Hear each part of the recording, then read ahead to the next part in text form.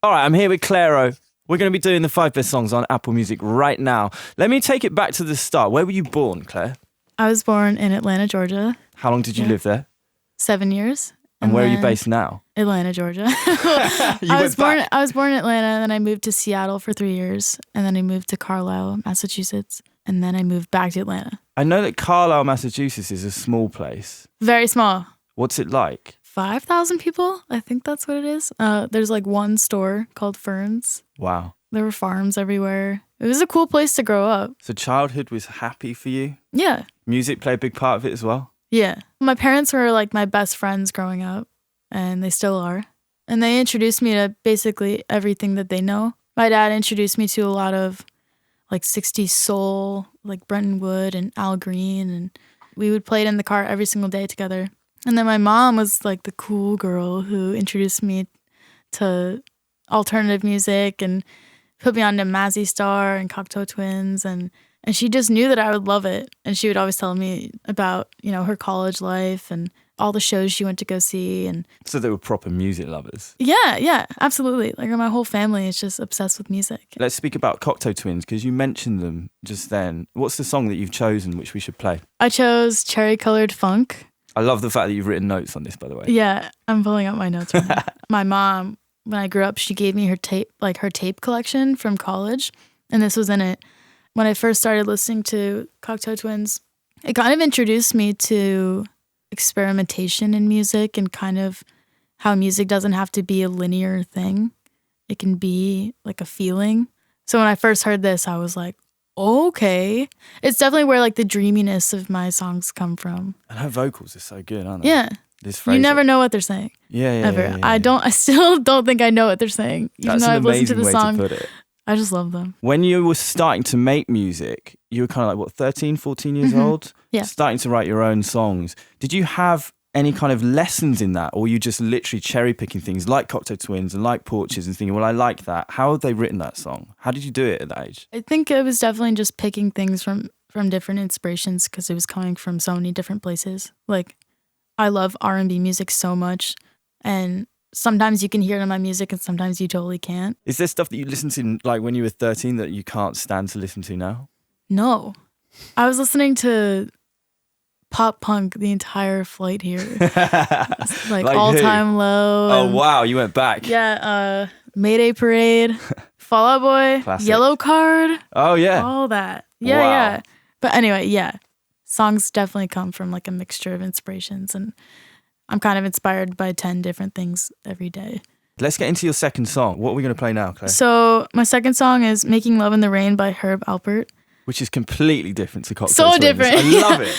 I was hanging out with my friends in Oakland, and we were at Chaz from Tori Ma, his studio, and he showed me the song. I just fell in love with it. It just reminded me of the things I would grow up on, like Roberta Flack and Al Green, and it kind of reminded me of how much I loved love songs. Yeah. I know I'm going to get criticism about how many love songs I write, but I can't stop. Why do you think that is, though? A, why do you write so many love songs? And B, why do you think you're going to get criticism about it? Well, I like writing love songs because it's pretty much all I think about. And like, I'm just most comfortable writing songs from experiences I've had and relationships I have. So all my songs are relationship based.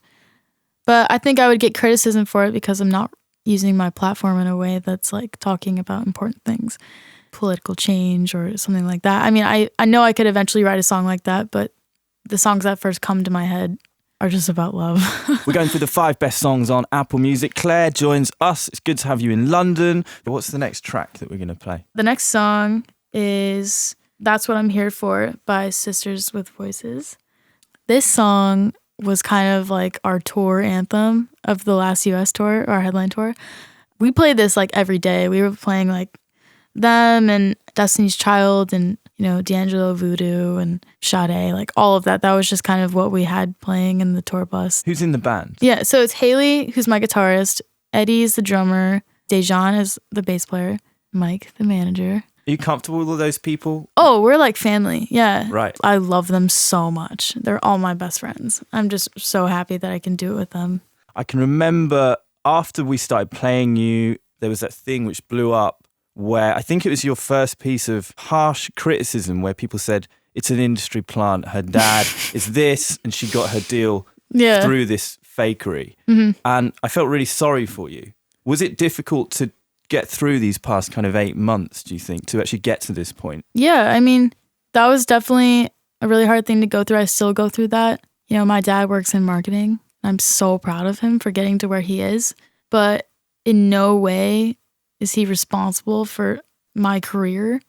Yes, he's totally helped me, and he introduced me to John Cohen, who works at Fader, which is where I'm signed. But it's just weird that people take these things and misconstrue it, because you know, with so many interviews that I've done, I've never spoken about me not having help. You know, I've said that I've made all my music in my room, but then the title of it will be like DIY artist, blah, blah, blah, makes music in her bedroom. And so it seems as if I'm lying, but I'm proud of my parents. I'm happy that I got where I am with hard work, and I used a connection that I should have used, and I used it at the right time. You know, I'm happy that people like my music. You know, nothing would have happened for me unless people connected with it. What's the fourth song that we're going to play? The fourth song, Angel by Madonna. Yes. When I was 16, my boyfriend got me this song on a 45. Right. And I listened to it nonstop. It really got me into just like classic pop music. Nothing more to it, just pop. What do you think of Madonna now? She's great. You know, you do you. I love her. I mean, I remember when I first told my mom that I was changing my like name to Clairo or whatever. She was like, oh my God, you're going to have like a one-word name like Madonna. And I was like, oh, cool. I thought it was so cool. We're going to the 5 best songs on Apple Music. We've had 4. We've got 1 more to go. Were you a good kid, Clairo? Yeah, I was a good kid. Were your parents like, did you mess up or anything like that? Or like, I had never been to the principal's office until the last year of high school. What did you do? Okay, I guess I'm just going to go with it. My sister had come home from college and brought home a bottle of wine the night before prom, or the night of prom. So my sister and I had a toast to her being home and drank white wine. And then I got breathalyzed at prom and I got suspended. Breathalyzed? Yeah. Wow. And then the same month, I got into a car accident with a cop. And then I was driving my mom's car because I couldn't drive mine, and a teacher ran into me. No. So 2 car accidents and a suspension within a month. Remind me never to get in a car with you. No, I'm good now. I'm good now. Track 5. Astro Thunder by Travis Scott. I chose this one because 1, I love this album so much. 2, I love Travis Scott so much because of the albums that he makes. Have you met him? No. He definitely doesn't know I exist. But He might do. He definitely doesn't. When I tell you he doesn't know I exist, I'm telling you the truth. A lot of people know you exist though. Skepta tweeted you. No. He did not. He didn't tweet me. He just liked my tweet. I reckon he'd been like, "Is this guy?" Because I'm like obsessed with him, and I at him all the time. Here's the thing. What's the funniest thing when you've been playing your first run of festivals this year? What's the weirdest thing that's happened to you at one of these situations? I can't say I've had weird ones, but at Made in America, I like brush shoulders with Sheck West, and I smiled for the rest of the day. I wanted to get a picture with him, but I was too scared, and I didn't say anything. Have you done that with anyone yet? No. It's weird. Okay, Dua Lipa, I went on tour with her, and she came up to me in Berlin at Lollapalooza before her set. She's like, oh my God, like, hi, I haven't seen you since the tour. Like, I'm about to go on. And I just like couldn't say anything. I was just so shocked that I couldn't say anything. Yeah, no, it still happens. That's amazing. I went on tour with her and I weird. still can't talk to her. You were with her night and day probably for like 2-3 weeks. Can't do it. Really? That's hilarious. That's so funny. I'll never just be like, what's up, Dua Lipa? Like, it's been a pleasure having you in the studio. It's really great to catch up. Yeah, thank you so much. I think 2019 is going to be super exciting for Clairo. Thank you for the 5 best songs on Apple Music. Going to end it with Travis Scott and Astro Thunder. This is Beats One. Thank you so much.